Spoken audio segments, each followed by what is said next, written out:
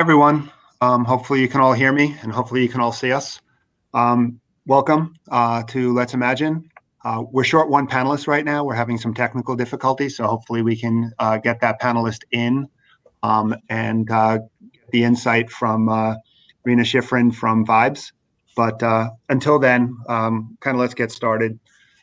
So we have an awesome panel today. The purpose of this Let's Imagine event really is something we started about 4 years ago. When we created the Imagine Awards, we created it for three reasons. We created it to, first of all, to be in a situation where we could shine a light on, what the nonprofit sector is doing and some of the magic that happens on a daily basis. I don't think there's enough recognition of the nonprofit sector and the nonprofit sector. There should be more events like this and more days we get to celebrate the nonprofit sector. Instead of the nonprofit sector doing all the heavy lifting and nobody really recognizing all of the great stuff it's doing. The second thing is we wanted to create an environment of collaboration. So if we can get a bunch of nonprofit organizations and leaders in a room, get them to talk to each other, again, hopefully magic will happen. Unfortunately, this year, we had to do the event virtually. It was kind of an interesting switch.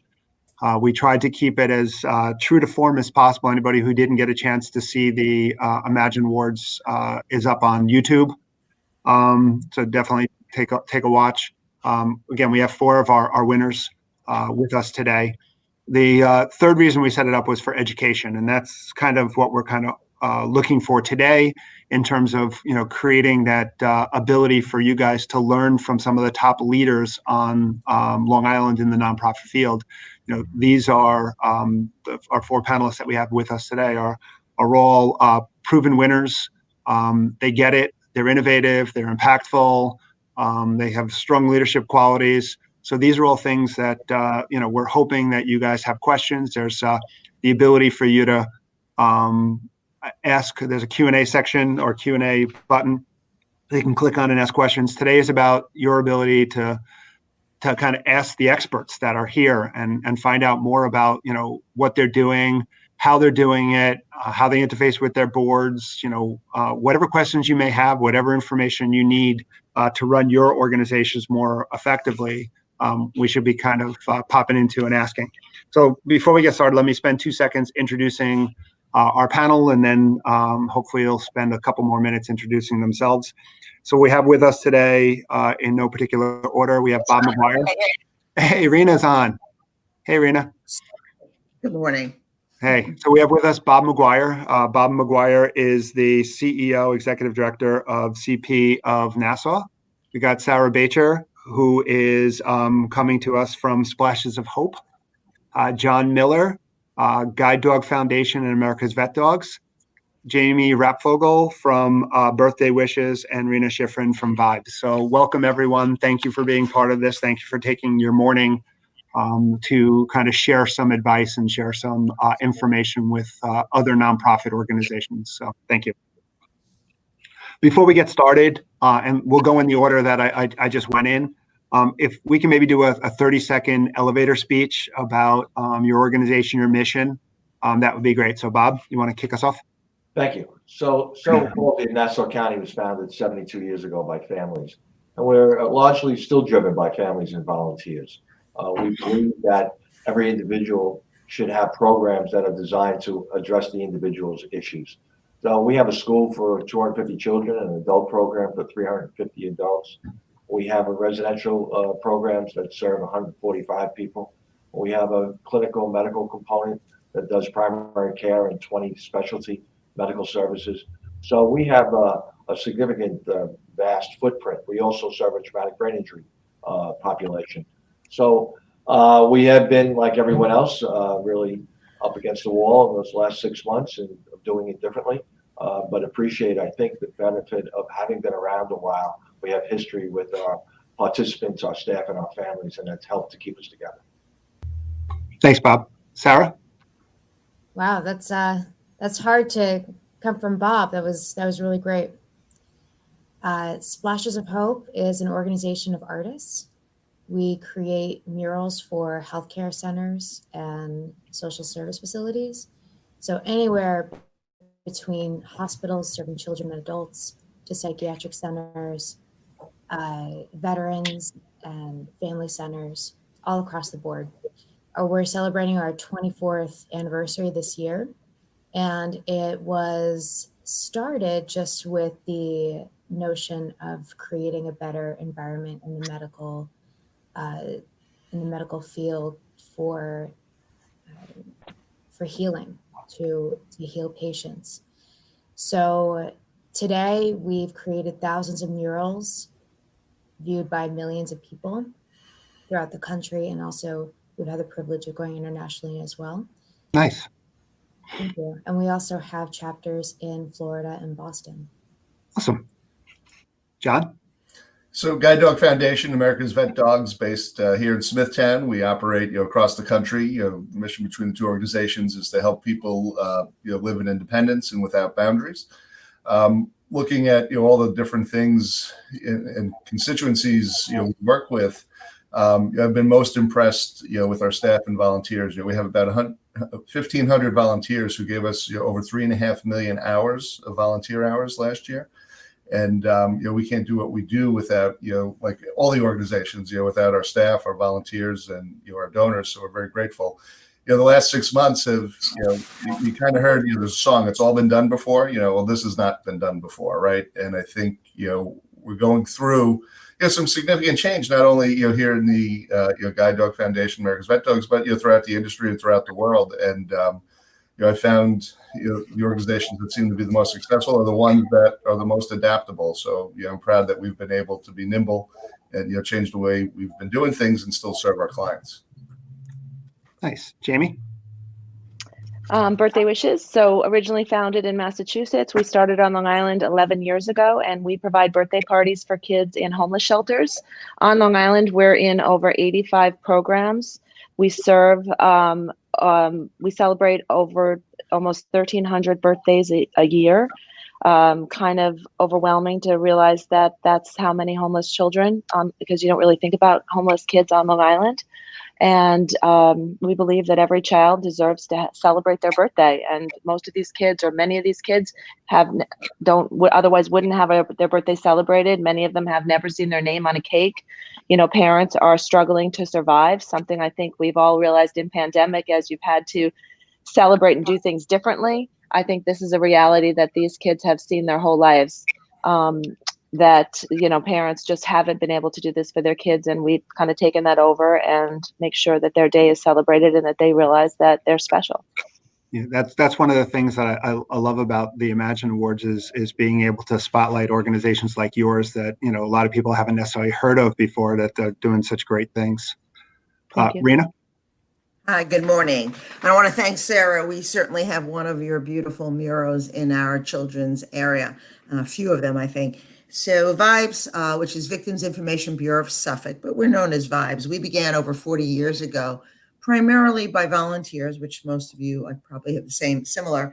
And they were one of the first groups in Long Island and Suffolk County, a group of women that realized there was a need for a hotline for domestic violence and rape crisis. And, in those days, as I think I've said before, it was a real secret. Nobody really talked about it. So this group said, hey, let's have an anonymous phone line. Fast forward 44 years, in 1976, we provide to over 10,000 people in the county counseling. Of course, everybody knows, but we have a 24-hour hotline. That's the key, because that is the access to us to get through to that hotline. But we provide counseling and court advocacy, which is really important in terms of getting orders of protection and safeguarding individuals. And by the way, our victims, or so they like to be called survivors, are both men, women, children, and seniors. We work with vets. So it's not, I think there's a stereotype of who is in domestic violence or intimate partner violence. And it's really goes across all socioeconomic, all races, all cultures. So we do court advocacy. We have 3 attorneys. We do community education, prevention, go on campuses. And we also are the agency in Suffolk that's in charge of the SANE program, the sexual assault nurse examiners that are in 4 hospitals where we have centers that see all sexual assault victims. Awesome. So obviously, what's different this year than most years is the fact that we're in this COVID pandemic.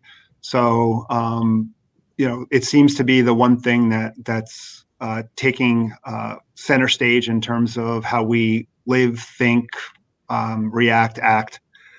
So let's start off there with, a COVID-related question, because what's a panel these days without a COVID-related question? So these are trying times, obviously, to say the least. What have your various organizations, what have you done to shift your operations or business models to kind of react to the COVID pandemic? What cool things or innovative things have you kind of put in place? Who wants to start? I'll jump in. So, from the beginning, it's been interesting, operating in all 50 states, basically. When we started with COVID, New York was the worst impacted. So we made all kinds of contingency plans to operate and deliver our services elsewhere, in the country. And then, as we've seen over the course of the last 6 months, it's now the exact opposite. New York is in better shape, and the rest of the country, has issues. And I think as of today, there's 34, states, that we can't operate in because of quarantine issues. So we've gone virtual, in a lot of instances. We've done our first ever virtual training of a service dog with a veteran, and we've also worked, tirelessly. We've done, some of our events, runs on that would have been on a local scale. They went virtual, and we got national participation, and that was a great thing. So we had about 2 to 3 times the amount of people participate that would have participated if we just did it here, on Long Island, which is great because, the majority of these events right off the bat, had to be either postponed or canceled. One of the things that we're going to do, which is, I can't wait to see how this works. We're going to be starting, to film this, over the weekend. We have a big event called Dogs on the Catwalk, which is basically a dog fashion show, where we have, a great designer from Manhattan who comes in. There's a real runway. This was a real, like, Manhattan style Fashion Week fashion show that we're moving completely virtually. And, it's going to be fun. It's going to be interesting. And, it keeps our donors and our volunteers and our staff all engaged in moving forward. Sarah, do you have anything you want to throw out? Sure. Well, the introduction of virtual platforms for us has transformed all of our interactions. That's with our supporters, from our board, from our donors, our artists, as well as our volunteers. We also have virtual programs to attract donors and others as well. So first being a competition, we put a competition of creating a design to uplift healthcare workers. That's been our theme, especially with COVID. And we're also expanding our mission to create murals in neighborhoods as well.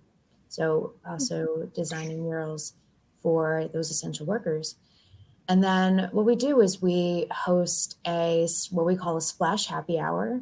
Once we select the winner of the competition for the mural, and then we create the mural in a hospital or healthcare facility of their choice. That is with our sponsor or donor. So that's one of our programs. And then we also have another program to involve everybody, especially with, I think this just has a huge potential, especially with families and children. We also have a coloring book that we give to hospitalized patients. And what this activity is, also the coloring book is designed by our artists, and it's custom made to walk children through the hospital environment. But what we have put out there is to have folks design the bags that are going to go to the hospitalized child. So you say something uplifting, and on the bag just a decorative implement, and yeah, it's giving back to the hospitalized child. So I think this would be a great thing, especially with PTAs and teaching and schools. So yeah, those are our 2 virtual programs, and we've shifted our whole business model. I mean, just like other organizations, we're still experiencing financial cutbacks, but we have had our interns work virtually, and it's been although it's been challenging, it's still it's a growing experience, I think, and try to look on the bright side, because we are going in a virtual world after all, even though it is challenging for sure. And then lastly, we had some media attention recently. We were featured on ABC7 New York News to feature our murals in dedication to healthcare heroes, sponsored by Maspeth Federal Savings over in Queens. And it's a tribute to the healthcare heroes and a visual dedication to their ongoing and crucial work done for our neighbors and loved ones. Great. Reina, you want to? Yeah, so on March 18th, we were planning to go virtual. We were starting to plan in March. And then on March 18th, one of our staff came down with COVID positive. And it just turned us overnight. I think we were kind of in shock, is the beginning. And overnight, we had to go virtual. I mean, first, I had to really work with the staff. It was really, I don't want to say panic, but, at that time, people didn't know. And we had to go into 14-day quarantine, but doing work. So we moved remotely with every service. And it was a real challenge for us. But as you said, Sarah, we needed to do this sooner in a way. Everyone didn't have laptops. I had the VPN, people didn't have the tools that from home. So our counseling, actually using DoxyMe as a platform, we're using all different platforms, has really actually increased, that it really worked with our counselors, video, phone calls from home. And I was very concerned about children. How are we going to do our therapy, play therapy? But believe it or not, in the beginning, children took to the Skyping and all that even faster than adults. Now, honestly, you all read in the paper that domestic violence is on soaring. And we know that people with abusers at home were not able to make those phone calls. So I'm not naive to think we were reaching everybody. So I'll go into our phase 2. But our courts, we're very lucky in Suffolk County. We were able to do remote petitions of, protection, which is what we do, restraining orders online. Our attorneys were able to start working, on cases, doing hearings online. And our education program, we had never purchased, a Cisco WebEx, whatever you'd like. We went to Cisco WebEx and created all of our trainings by webinar. So it took us to a place that we needed to be at. However, things like what we started to see, our sexual assault nursing program in the hospitals, we saw women and men not coming in with assault. The numbers were down. People were afraid to go into the hospital, right? And we started working with the police, and the police were concerned about bringing women and men and children to the hospital. So we had to work with the hospitals to create kind of separate, we have SANE centers like in Stony Brook, I'll say that, where we created a separate, they don't have to go into the main ER because the process is to go into the emergency room and then to our center. So we shifted quickly. On June 15th, though, we moved to I followed the phases with the governor. And on June 15th, we went back to a hybrid model where we did open again, because I felt very strongly that we were missing people who are in crisis, who could not use a phone video. And for the first 2 weeks, the staff, again, I did it very slowly. I had 2 weeks where the staff came in part-time. Our staff came in 2 days a week, but without clients. So they had to be assured that we were safe, right? In the PPE, and we were done doing their work online back in the office. And then we gradually started to see clients. First, we said only 12 years up because we didn't think a 6-year-old could sit 6 feet away. Right now, we're seeing on site 7-year-old up, and still very few clients are coming in. They're still choosing to use video phone calls. So we have gone back, and as of last week, we are all working 3 days a week in the office. So we moved very quickly, and we didn't, every service continued. The only thing in terms of, I'll go back to the emergency room and our SANE program, which is so critical, our rape crisis counselors were not allowed in the hospital, right? Our nurses can go in, of course, and do the forensic exam, work with the police. So that was done by phone. And honestly, most victims don't want to speak to someone on phone, right? When you've just been sexually assaulted, you want someone there.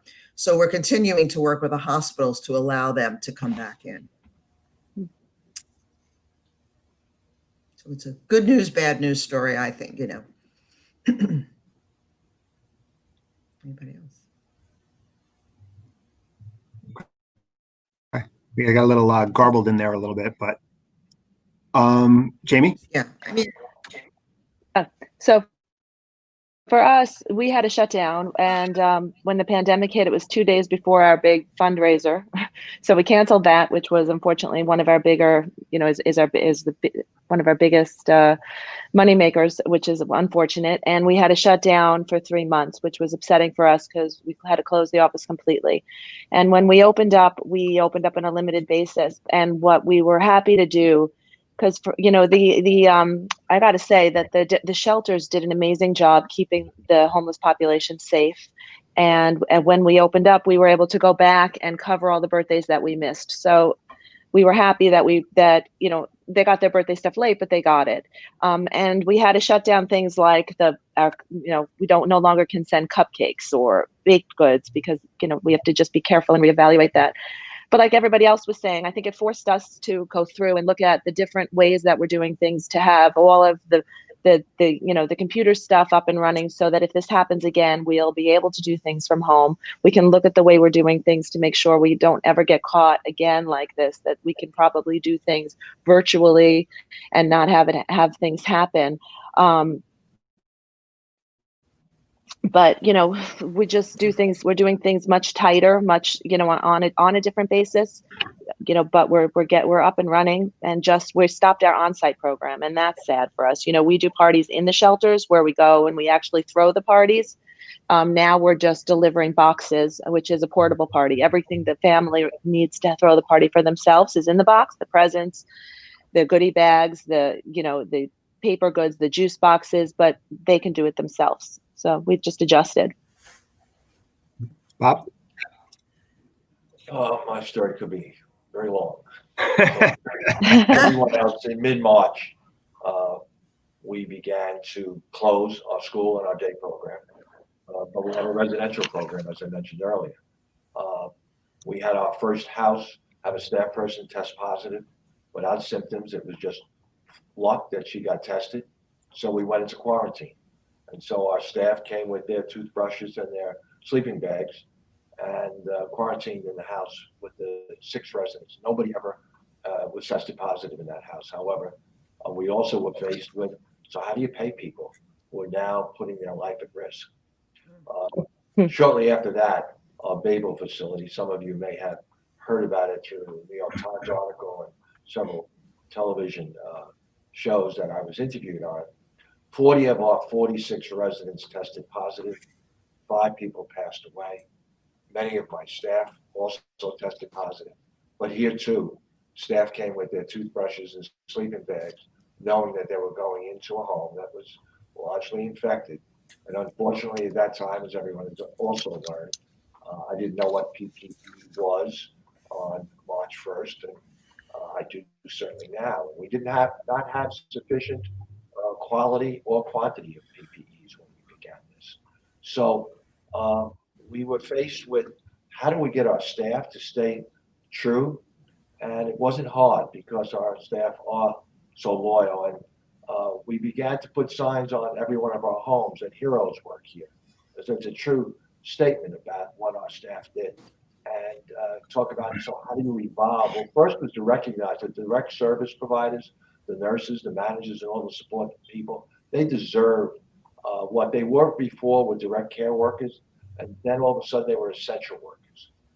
However, they're still not being paid like essential workers, and therefore part of our mission is to get that word out that the state owes these individuals who are the backbone. When the hospitals began to be overrun, we had an agreement with Glen Cove Hospital. Glen Cove Hospital was a terrific place for us. They were going to keep our guys until they all were well. Well, 2 days after our first guys went in, they were being discharged back to us with the virus. So we had to adapt to that. We had to create protocols that made sure that we were doing the best we possibly could. And frankly, buying and purchasing from all over the country, PPEs at all hours of the night, day and night, 7 days a week, until we were able to make sure our staff were protected.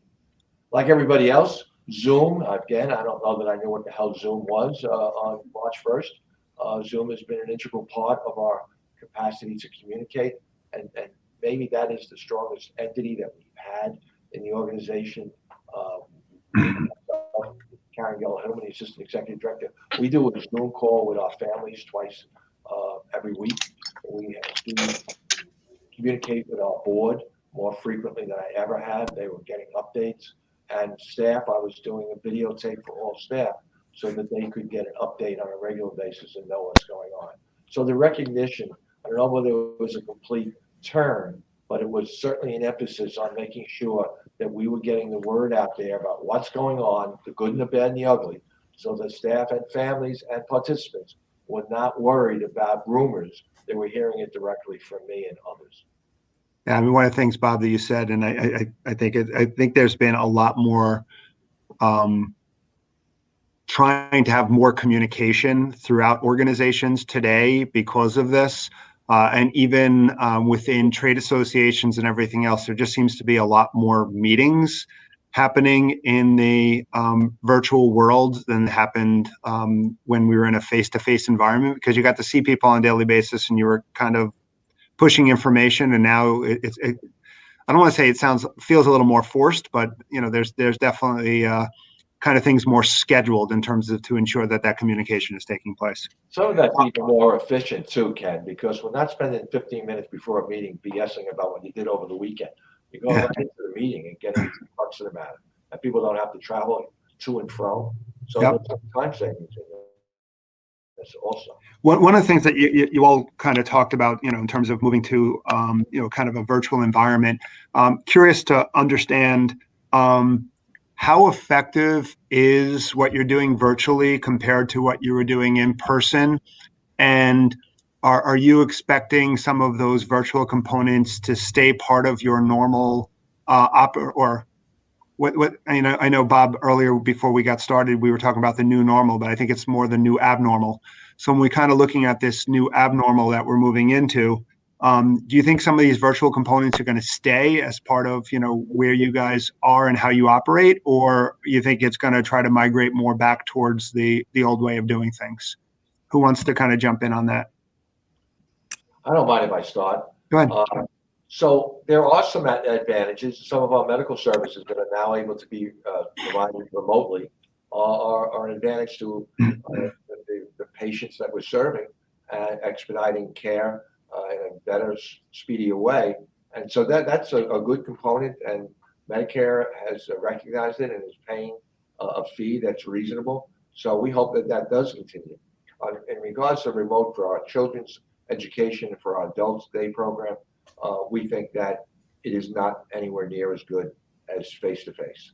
And so therefore, we're hopeful that we will get back to our old normal, in which children have the opportunity to work with their peers and with their teachers, and that our adults have the experience of meeting with their colleagues, some of them who they've known for years and years and years, and have the experience of going out to the community, getting up in the morning with a purpose. So we're hopeful that we will get back to what was the normal. I mean, there's that whole socialization aspect of it that you just don't get in the virtual world. Absolutely. Yeah. For us, we switched, we did an organization-wide fundraiser, which is called our cakewalk, and that was wonderful virtually, actually. But, homeless population is an isolated population, and we always say more than the things that we bring and the gifts and the stuff. When we do birthday parties, it's sitting down and showing these kids that you care and giving them the hour and a half of one-on-one where, you sit and you play. That matters so much. So I agree totally with Bob that that's priceless. And so I think that you could never, ever give up on that. Anybody else? Yeah, I think for us, again, similar. I think our education and outreach, the webinars, I think we'll never stop that now, and particularly with the colleges and the schools and reaching professionals. I think it's worked incredibly well. We have a great menu. That said, the one area that has not worked well, again, is group. We do a lot of group counseling and support groups, and trying to do them on Zoom. Some of them are working, but our teenagers have started to come back in, for example, and doing groups, I think, needs to be in person more, and that's hard now with the 6 feet distancing, and of course, children. We have a childcare area. We have not been able to open that so parents can be counseled.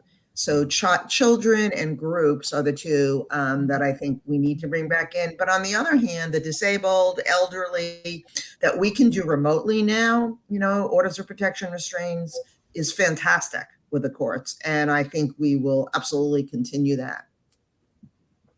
Cool. For our organization, our primary focus is to create murals. So it's a very physical thing that's happening with us. And we've been installing in various healthcare centers since COVID. But as far as our virtual platforms, we've been engaging a larger audience with other artists and other supporters as a result, especially through social media. So there's definitely going to be a permanent shift for us as far as engagement on a virtual platform. So I just jump in as well here, and the way we run the organization is definitely going to be different, on how we go forward. There's a lot of efficiencies with Zoom, even though you get zoomed out, real fast. It does make sense. To Bob's point, you don't have to have people travel in and out, right? And I also think there's certain efficiencies that'll last, well beyond this in terms of program delivery. But the thing that I keep coming back to as we see and as we try to do things differently, being in the human service business needs human interaction. And I think, that'll never, go away. But I do think there's certain business efficiencies as you can, as you navigate forward that will be long lasting as a result of this. But, the human touch will always, be needed. Yeah, you all mentioned that you've tried to, in some way, shape, or form, move some aspects of your fundraising to a virtual platform. Do you think that, again, going back to this whole virtual thing, you think that some of that is going to be permanent, where there'll be certain aspects of your fundraising that will always be virtual going forward? Or do you think that this is really just a temporary fix? I'll jump in. I think some of it's going to be permanent, and there's efficiencies there for sure. And I think, the nonprofit, fundraising model probably needed to be knocked around a little bit. And this kind of forced that to happen. Competing galas and honorees and runs and walks all competing against each other. So this is going to force the industry really to look at things from a very different point of view and be more value driven with our donors and make it more efficient, right? And I think there's a good proportion of donors out there that really don't want to go to a dinner. They want they don't want to have to show up or you have to pay the catering hall. They want their money going directly to services, and these virtual events help provide a higher impact for some of these events. But it'll never fully be virtual, but I think there'll be certain components that remain virtual for quite some time. Anybody else have things about that? Go ahead. Yeah, our donations are already down 40% for the year. So as much as you say that virtuals, I understand what you're saying, and it has much more to do with, I guess, the pandemic and everything that's going on than virtual versus in being in person. But I'm not sure, because I think that it changes the whole structure of donations and people's engagement and people's ability to get involved from a supporting nonprofits perspective. I agree with you, Jamie. Ours are down tremendously. We do an annual luncheon, and that was in May. So instead, we're doing a virtual event, and you'll get invitations on September 30th, right? And we decided the ticket is free, right? We can't charge the $100 seat, and you can make a donation, but I don't, raffles, all those things that really worked for us in that one event. I'm sure you do galas, we do a luncheon. We can't make that up, and we're still doing it, and we're making it more into an educational awareness. I'm paying for a speaker. We want to continue it, but we're not going to raise that funds. We're like many people, we're going to try the virtual walk. I actually think that might work quite well. Walking in your neighborhood and getting a team. I'm more positive that can raise the same kind of funds as we do. But also, as you say, I'm still fairly new, and the ability to meet with major donors for me is the key in my last life and get to know them as a new executive director. And I don't have that opportunity. So speaking to them on the phone, keeping up to date, that's not building that relationship. So for us, our fundraising, is significantly down. And we'll see how a year-end appeal that I'm sure we're all going to do will occur. And that's the perfect example, because I went to the VIBS Luncheon last year and it was fabulous. And it made me engage with their organization, and I follow. And probably because I went to that luncheon, it makes me a part of her following. But, I don't know if I didn't have that experience, if I would follow as much as I do. And that's probably a really good example. I can jump in through Jamie and Reina, and we had our largest fundraiser of the year,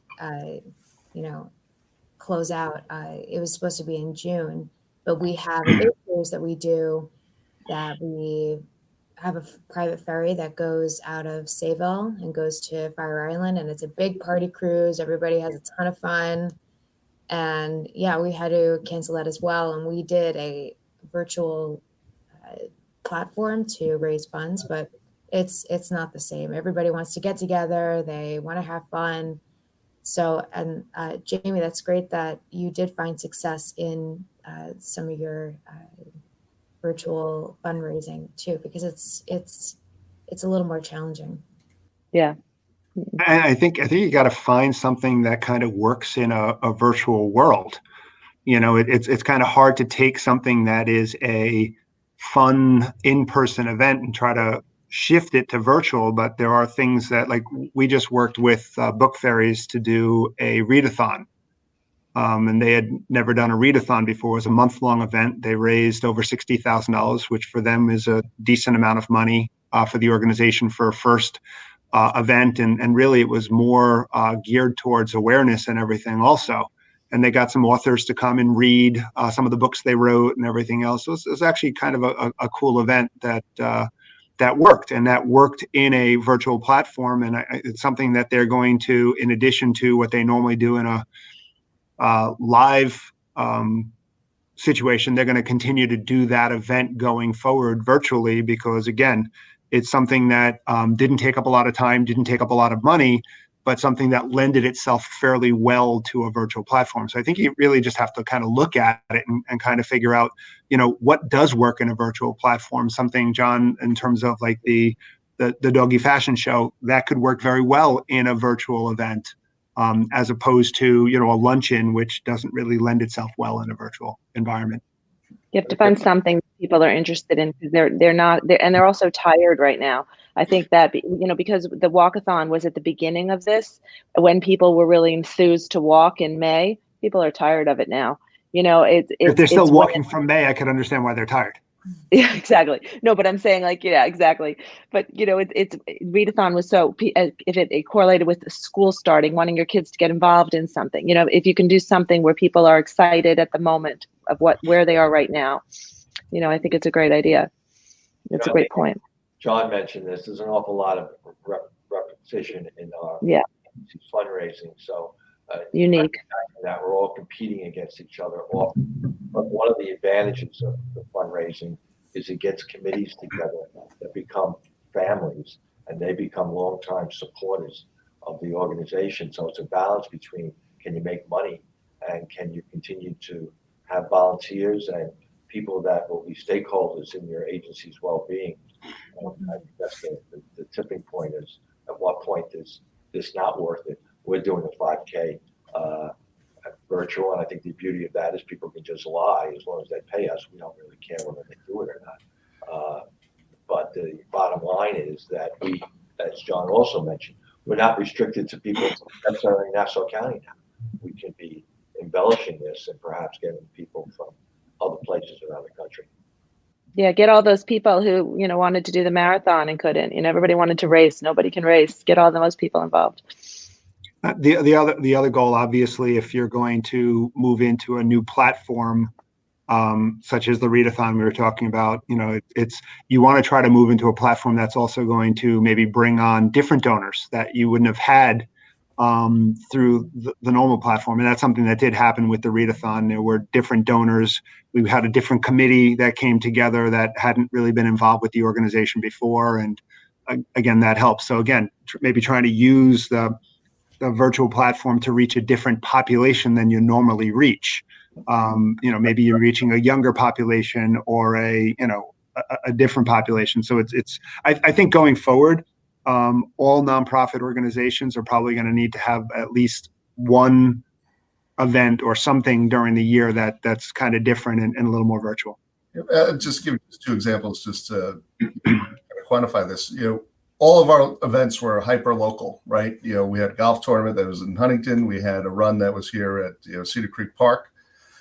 We still did the golf tournament, but we put the auction online nationally, and we got money from all across the country, from our donors and our supporters. From a walk basis, we did, and this was kind of all last minute, to get the run canceled and then go national.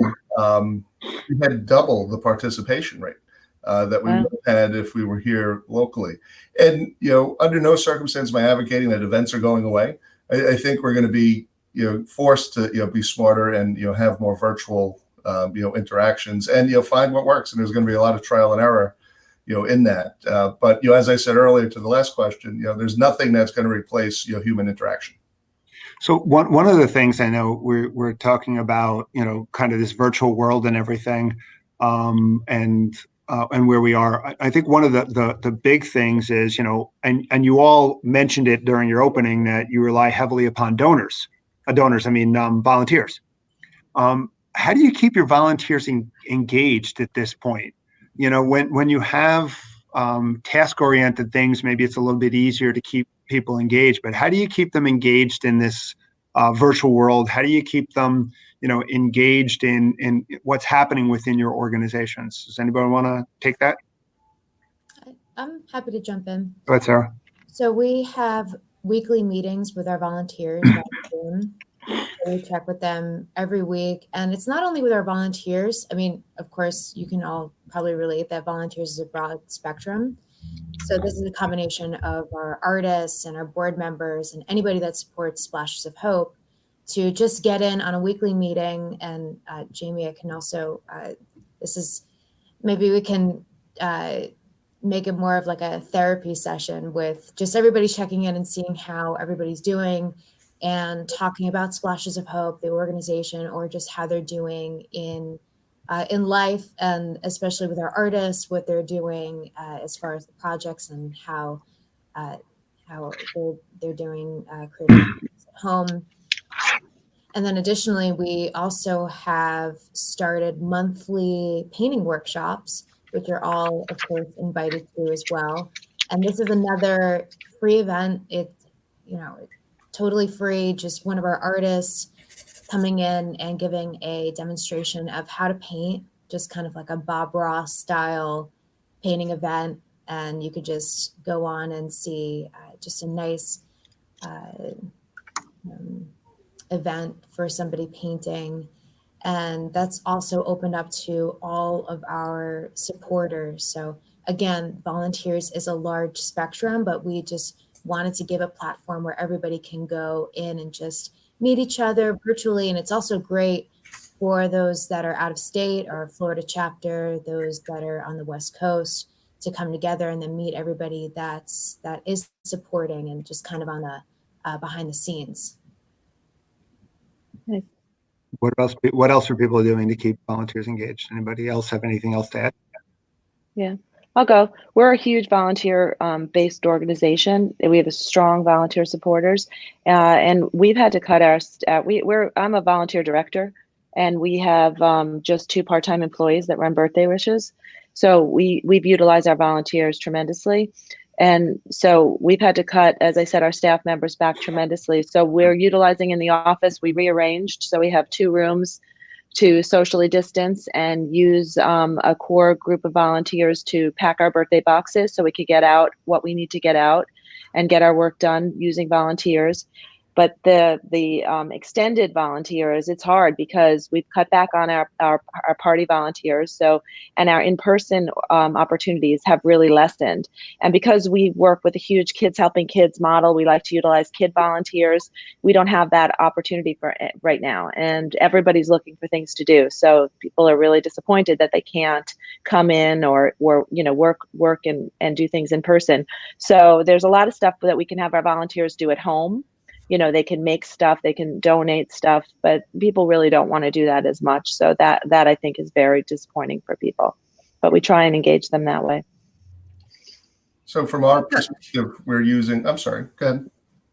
We've just done something similar in terms of the child care. So we have child care workers, come and take care of the children. Of course, they can't now, those volunteers. So we had them, Jamie, like you're saying, help us. In the beginning, we made packages for all the children, art supplies, and to drop it off at their home. We have pet therapy. The dog went with the volunteer, to outside of the children's home. But it doesn't replace them coming in. I totally agree with you on that.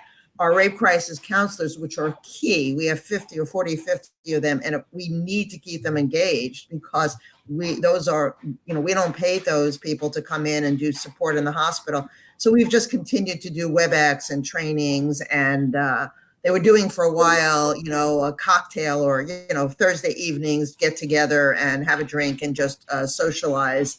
But I do think it's a great concern in keeping volunteers engaged right now. I think as we do more virtual events, like you said, John, having those committees like we are doing for this, I think they're very engaged in that, helping us create a virtual event.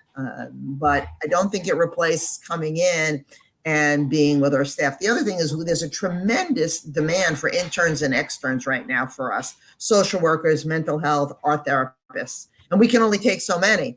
So those are out there for those of you, the schools, they still have to do their practicum, and they're fabulous for us, the students. So we have 4 or 5 of them who are, and I limited it, we couldn't do more, who are coming in and doing it virtual. John, you want to? So I was going to say, we had a very unique situation when this all started. We had about 260 dogs that we had to find homes for if I was going to be able to send anybody, to be home to work from home.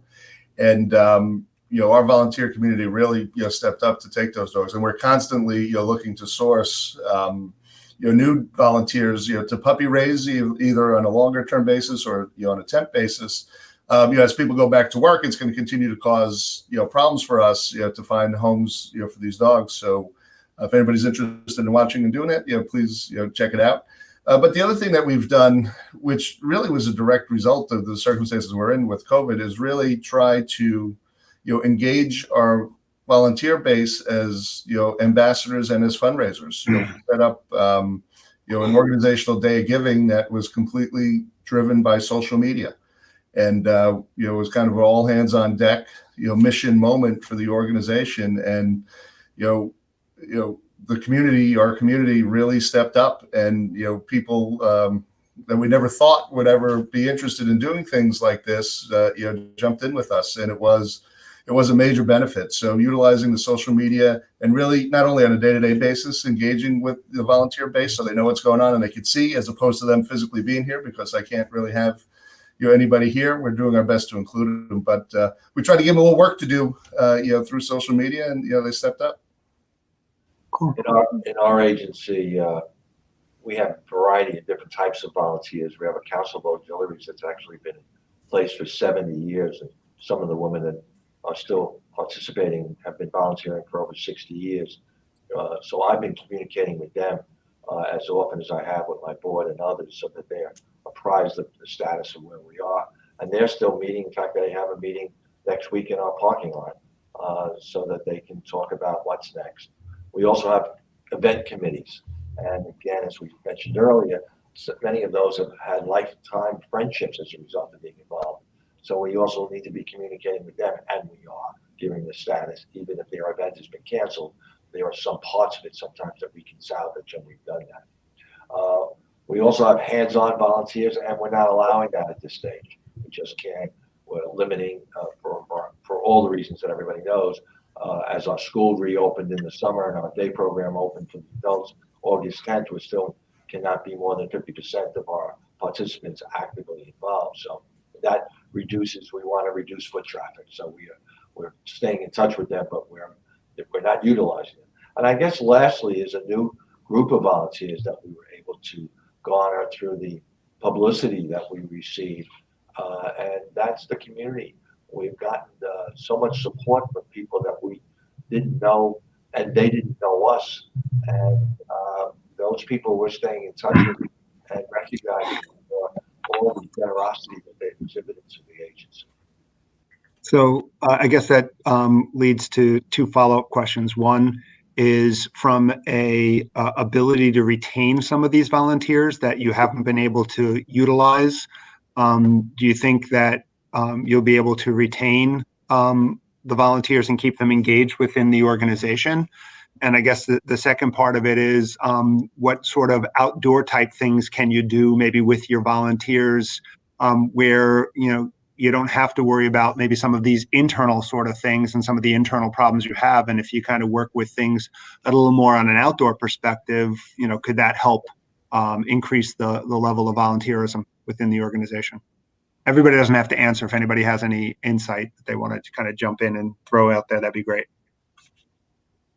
My only insight is that we're minimizing new faces or people that haven't engaged with our guys. We have a risk in our residential and day program at school. And so, again, minimizing foot traffic has been a key point, including with families, which you can imagine how families are so interested in having their family member at home.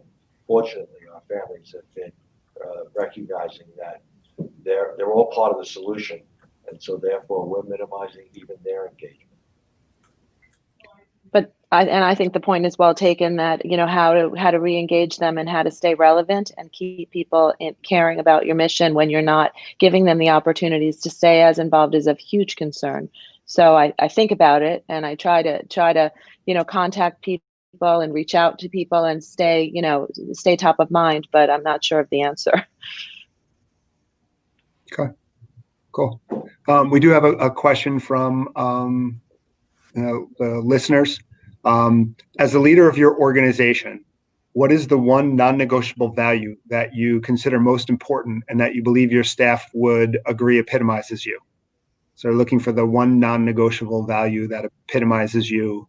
And that's a kind of a wild card question. Anybody want to take that?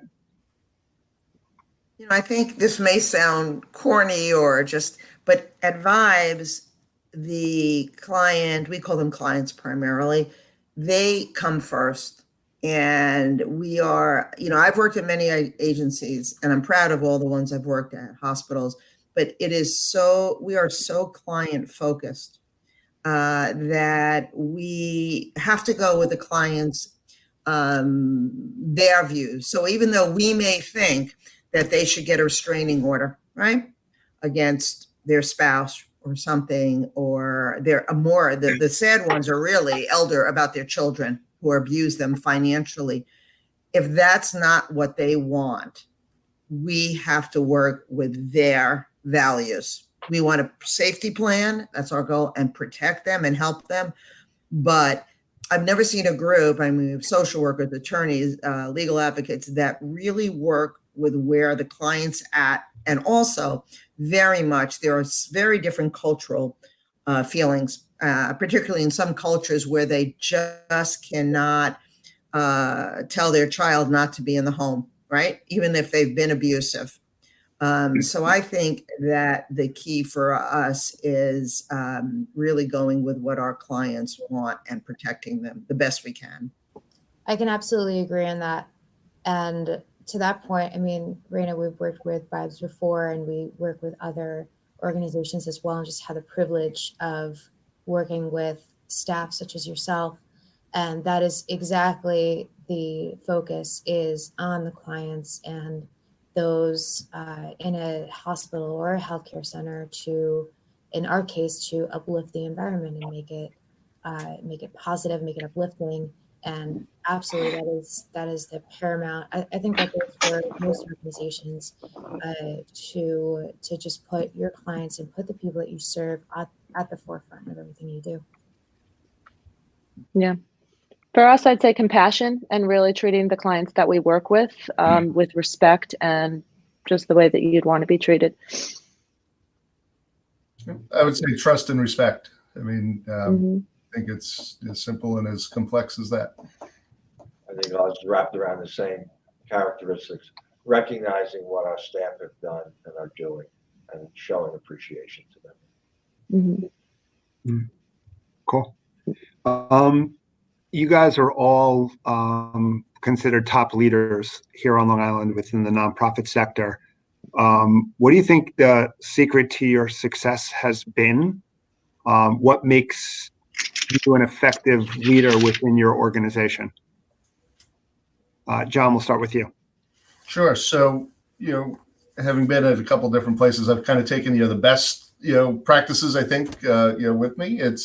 But there's a clear blueprint that I use, and it goes back to, what are your values and what is your integrity?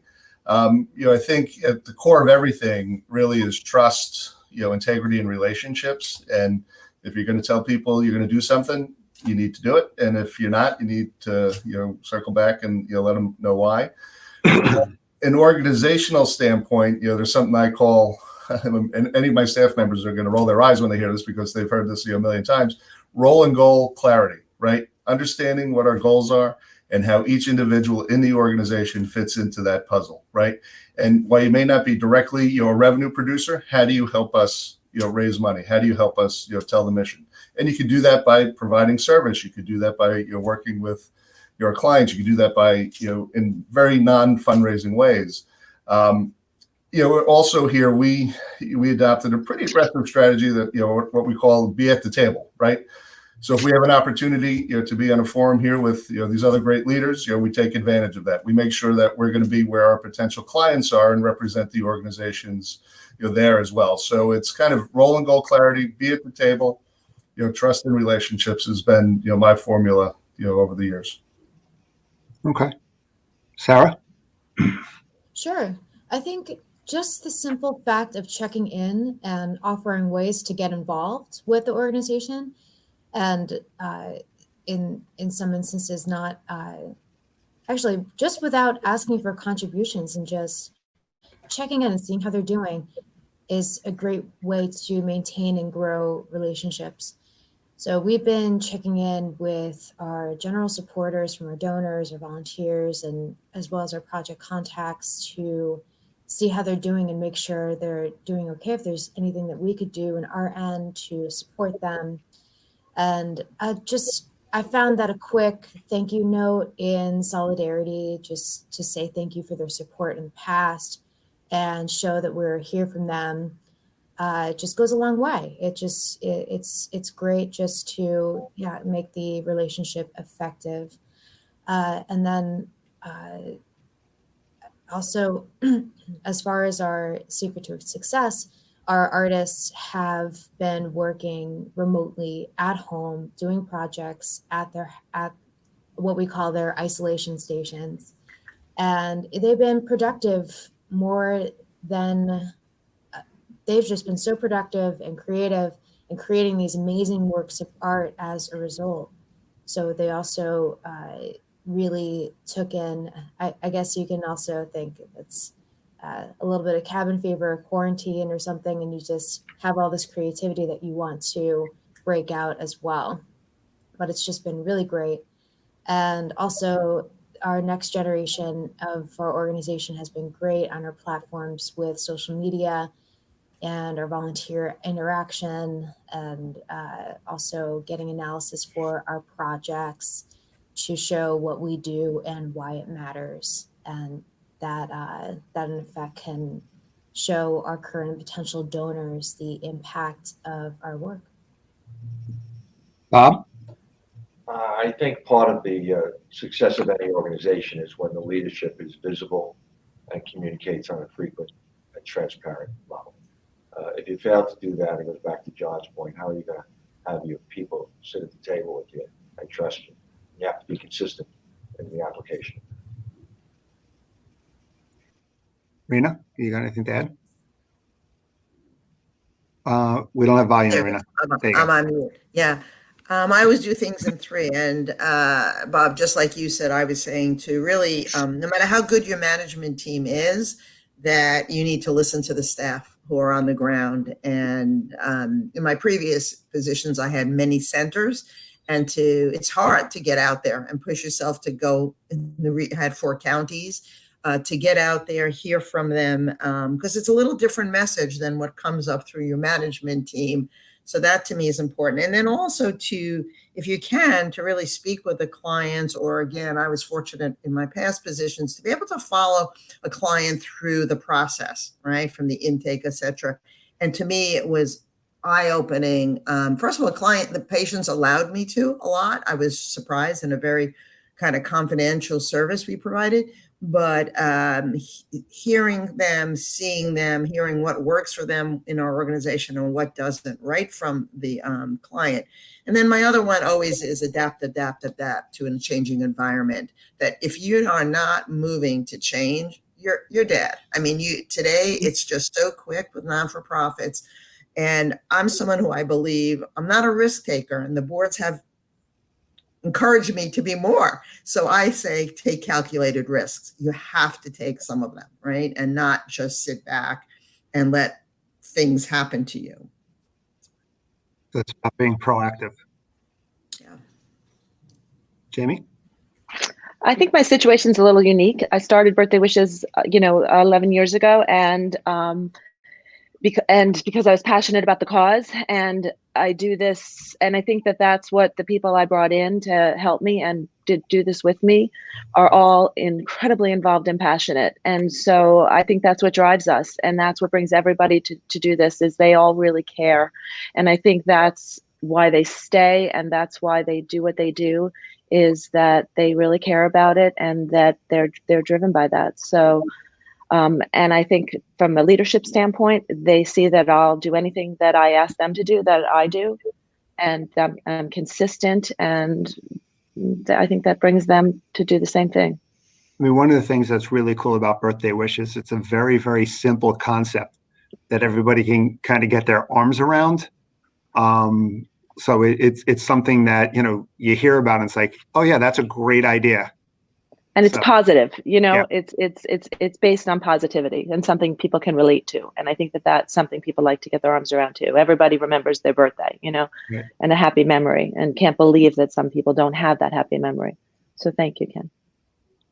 So, John, because I've got you on the phone, and I have the ability to phone on the Zoom, whatever, and I have the ability to do this, because I think this is something that a lot of people would love to get the answer on, and love to understand how you do it. You are absolutely everywhere. I believe there are 27 of you.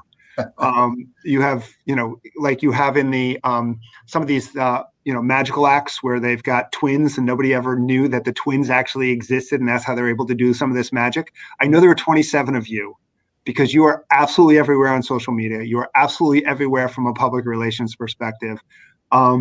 How do you go about doing that? How do you go about creating those opportunities for your organization? Because again, I think everybody kind of wants to hear about that. Sure, and we do a lot of fun things. The secret behind that is we have a really great staff and great programs that we can be out there, talking about. We have, when you look at all the different partnerships we had, and going back to the answer to my earlier question, it's a be at the table strategy. So when I first got here, we sat down with our marketing and development department and laid out that we were going to be, if there's going to be a television camera, we were going to find it. If there was a speaking opportunity, we were going to take it. And I truly believe that in the end, nobody else is going to tell your story, right? So if we're not aggressive about telling our story, there's all these great folks on the panel with us here today, and there's 40,000 other nonprofits in New York that'll be happy to tell their story to your donors. And we've had an overt strategy to be media aggressive, to be media friendly.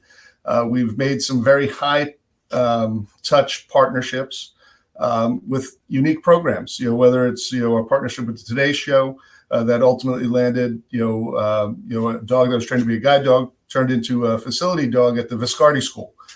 So great partnerships there, and great stories. And it says a lot about the quality of our staff and the relationships that we have. I'm kind of the front man, but a lot of the work happens at the staff level. And one of the things that kind of blew me away, very early in my tenure here, we had the opportunity to work with former President George H.W. Bush. And, sadly, the president passed away about 6 months after he received his service dog from us. And I don't know if everybody remembers, but the first photo that came out after the president had passed was our service dog, Sully, laying in front of his casket. And, we had maybe a good 10-minute notice that was going to go out. And from that 10 minutes, through the next 6 months, we were 24/7, in front of the world. And what impressed me the most is, we managed about 50,000 media inquiries in 1 month with a marketing team of 4 people. Primarily 2 of those folks were, involved in managing those stories. So when you see me out there, it's a result of a lot of hard work behind the scenes, and it's an intentional strategy. We are pushing every day to tell our story. And we're also very proud of the sports partnerships we put out there as well. So one of the most unique things that happened, the sports industry and, the employees in the sports industry has been decimated. And when there was no sports, we have dogs with a number of the teams that are helping, raise or support those dogs. So the dogs actually became the main point of engagement for the fan base when there was no games to play. And, the social media and stories about the dogs were there. So I guess, Ken, that's a very long way of saying we're very intentional about it. We're aggressive, in terms of the media strategy. And, we're very happy to tell our story in any form. Yeah, and I think it goes beyond the media strategy. It goes from the media strategy, and you guys do a great job of translating that media strategy and all of those opportunities to social impact touches. And that's the other part that I think anybody who's listening can learn effectively from John and Guide Dog and America's Vet Dogs in terms of how to stay connected through social media, because I think that's one place where one of the many places where you guys do a phenomenal job. Thank you.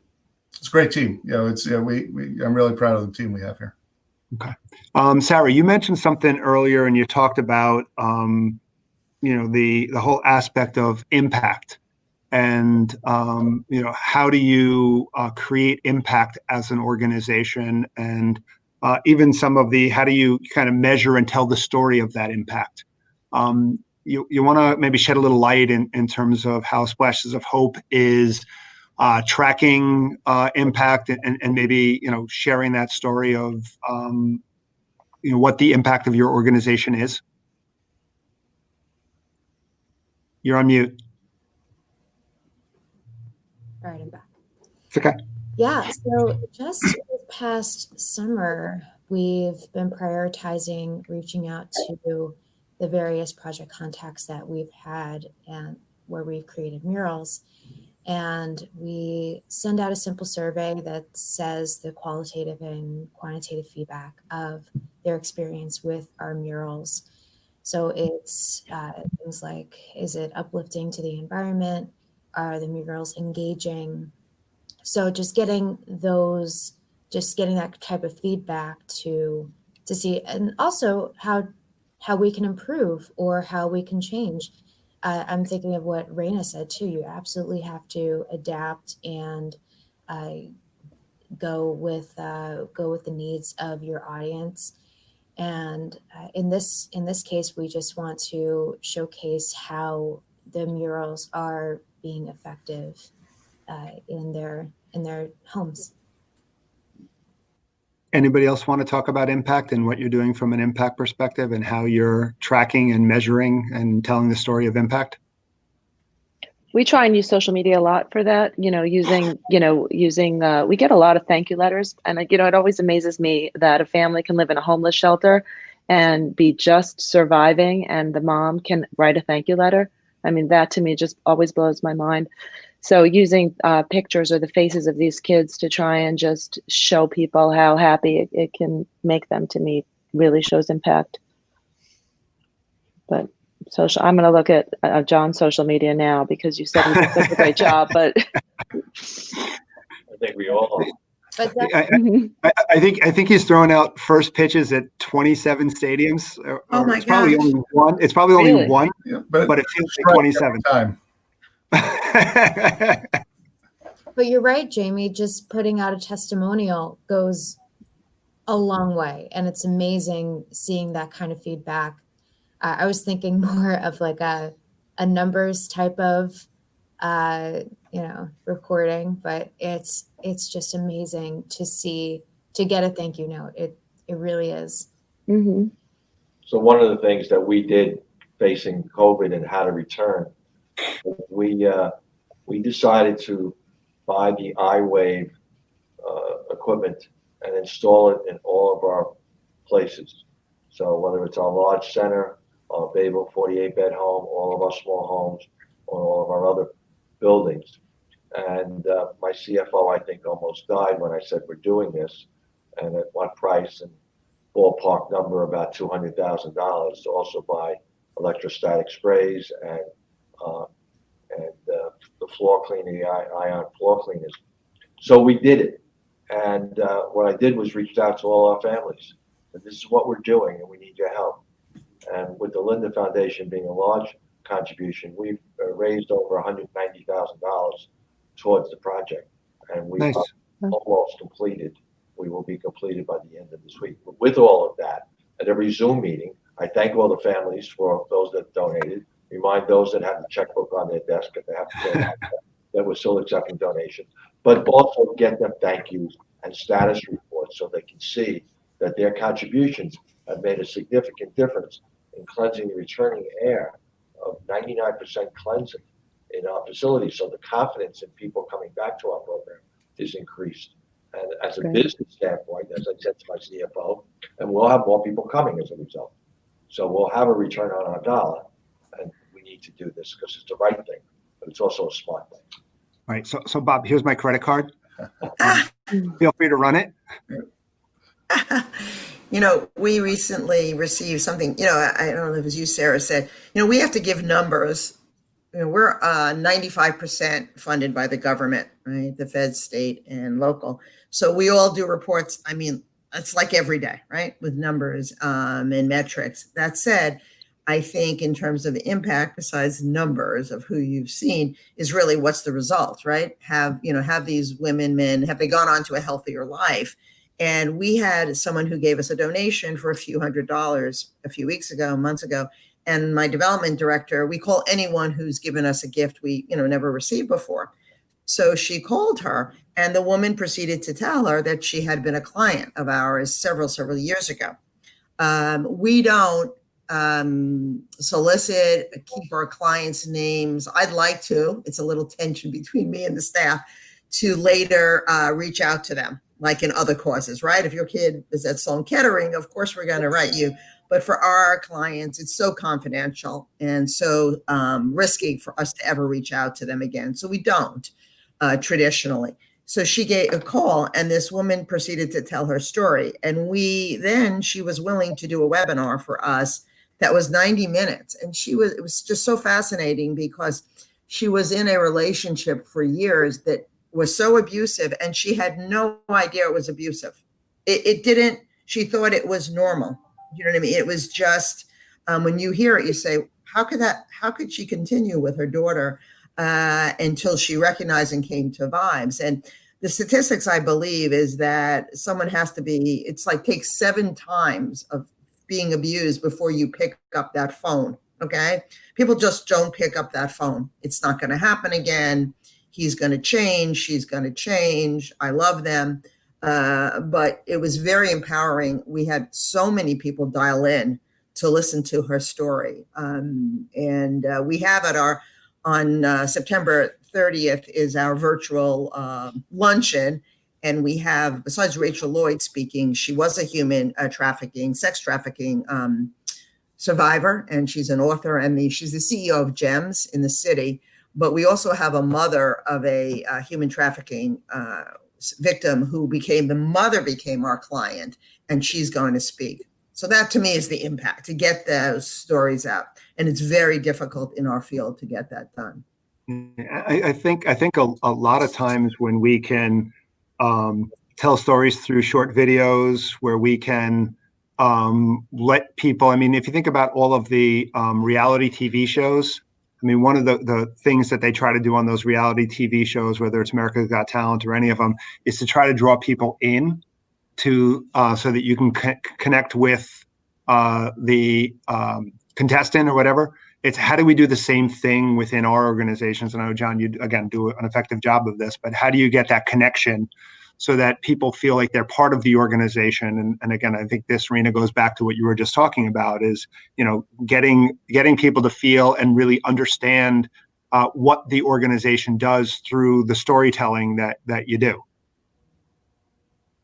So, John, did you want to add anything, or should I jump into the next question? The impact, and I think you hit it, Ken. It's the storytelling. You know, the story, you know, is our clients, right? And I've never been with an organization, you know, having, you know, people I've never met come up to me, you know, give me a great big, you know, bear hug and tell me, you know, we gave them their husband back, or we saved their family, you know, after they received a dog from us.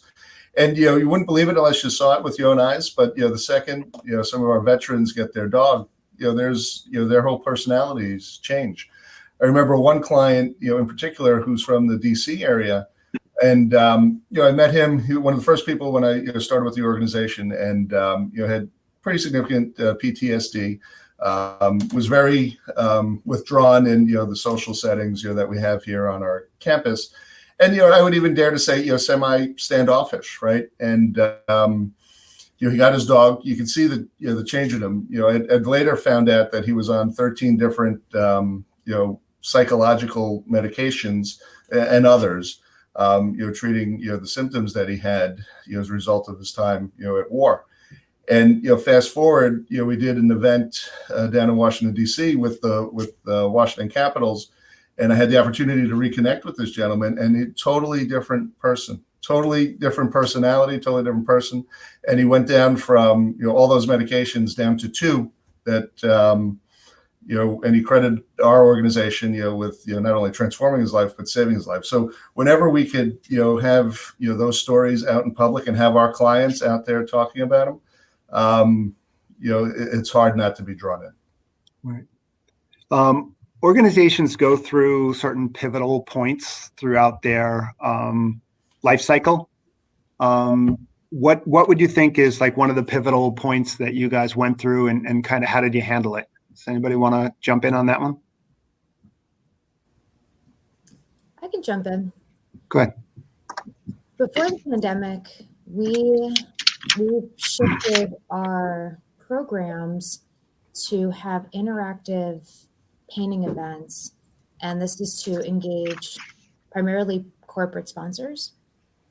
So what we would do is we would go to an event, set up a mural, and have people actually participate in painting the mural. And this program is called, it's still in existence, but it's called Painting for a Purpose. And this is all in person. So we physically come and set up the mural. We physically bring the paintbrush to the person to come and paint with our professional artists. And it's very hands-on and engaging.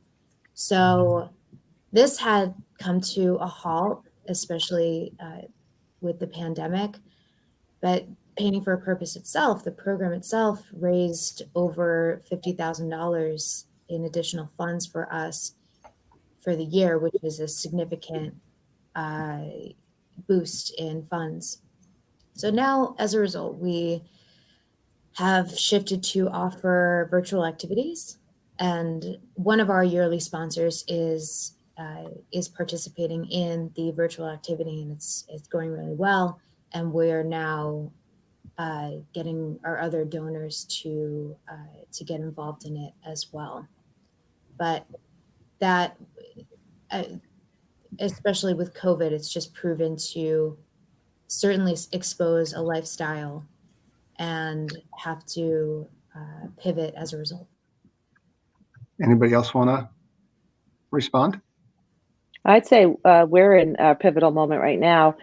You know, I had told you earlier that Birthday Wishes was originally founded in Massachusetts, and the executive director retired in June and was taken over by somebody else. So they're shifting their whole focus and their restructuring, and so that affects us.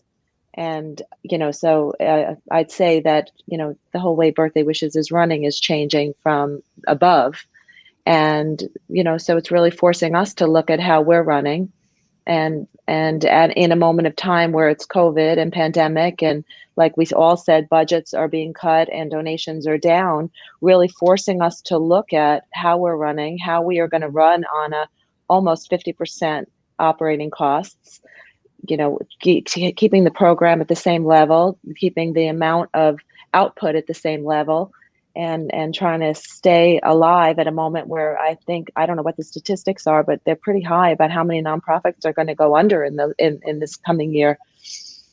I mean, I think there's going to be a certain level of consolidation within the marketplace, however that consolidation happens. So whether that's organizations coming together, whether that's organizations folding, but I mean, it's going to be representative not just of the nonprofit sector, but of the for-profit sector too. I mean, it's going to be widespread, across business. Yeah.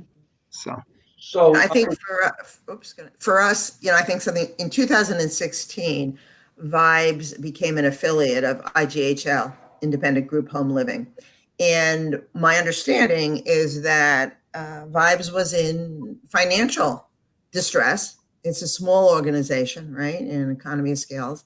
And we had mutual board members who are both on VIBS and IGHL's.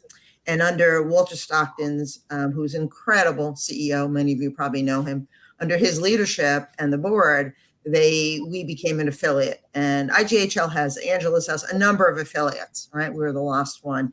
And they really, and I say this, I hope board members from VIBS won't take this, previous board members, the wrong way. They saved the organization. They came in and really financially, but, more important than that is that, and I say this for small organizations, we couldn't afford, we had our own HR and IT and finance and maintenance, right? So they provide all of that to us. So we can provide our service, and the back end, as I call it, is provided by IGHL, and the skills they have and the depth of everything from benefits on. So that clearly in 2016 was a pivotal, I think it was the mid-year, and it's taken, and in that period of time until me, there were two other executive directors. So it was not an easy transition, right? There's turmoil when you do that, but the staff didn't leave. The staff stayed and they maintained the services, and it was not a takeover. And I say that really strongly. We're still our own 501c3, but their board is my board. So having this, I hate to call it Big Brother, but this larger organization with great depth, right, to be able to provide and help us, it's the pivotal for us. I can't imagine anything else. And, here we are 4 years later, and for the first time ever, we, as of July, our bottom line is breaking even. And for us, that's enormous, that we're not in a deficit position. So, I'm a real believer in, mergers, doing it thoughtfully, as you say, Ken, and really finding the right partner to be with. And IGHL for us was just a great partner. Bob, looks like you have something to say. Well, I was going to change it a little bit instead of a pivotal point, but a transition that I think Walter Stockton and I are on a number of different groups together would agree that there was a time that when we needed to be advising and educating our legislators, people with suits went up to do it. And we realized a number of years ago that our best spokespeople are the people that are receiving the services. Yep. So when Charlie Fleisch, who's one of our leading advocates, who uses an eye gaze light talker to speak, tells people that it shouldn't have taken 7 years for his mother to hear him say, "I love you" for the first time. It speaks to the fact that technology costs money, and yet that's the quality of his life, that he has his own voice to his eye gaze speaker. Wheelchairs cost money. And it's more important for someone who uses a power wheelchair to be in Albany or be in a local legislative office explaining how that wheelchair that might have cost $10,000 is your legs or your vehicle. And when a wheelchair is broken, it takes 6 months to get back, or for Medicaid to approve a new wheelchair after 5 years, and it takes them 2 years to approve it. Well, you wouldn't wait 2 weeks for your car to come back from a mechanic. Much more stronger message for our guys to be making that point than for me to be making that point. Okay, we have about 3 minutes left. So I'm going to throw out one last question. If people can just keep their answer to about a half a minute. So what advice would you give to people who are watching today's or going to watch it after the fact discussion? So Bob, why don't you start? Half a minute. What advice? I think all of it's been said today. It's about keeping true to your mission. It's about communicating with all of your stakeholders on a regular and rapid basis. It's about being transparent. And it's about recognizing that you only maybe have one moment to tell your story. You better get it right. Jamie? Grabbing opportunities and caring about the people you serve and the volunteers that work for you. Reina? Partnerships, finding partnerships in the community with other organizations. I'd love to work more with you, John, on our VETS program with PTSD, and really collaborating together. Sarah? You're on mute, Sarah. I think it's about staying strong and staying flexible. There's so many organizations out there, from nonprofits and social services and teachers. And from this time, we can't forget them. We can't, we have to learn from this difficult period to really remember everybody that's doing this amazing work and support them in any way that we can. Be adaptable, be honest, have clear goals, and, really look at, the next, 6 months to a year, as a pivot point, because how organizations react, during this time period will really dictate the next decade. So I want to thank all of you. You guys did a phenomenal job. There was a lot of really, really good information that I think you shared with the group. I think everybody got something awesome out of this. So thank you very much for being part of it. Just want to remind everybody who's participating today that the applications for the 9th Annual Imagine Awards are live on the Long Island Imagine Awards website. So feel free to go in, fill out the application, and hopefully next year we'll see your face here as part of this conversation. So thank you, everybody. Thanks for participating, and stay safe and take care. Bye. Thank you. Thank you.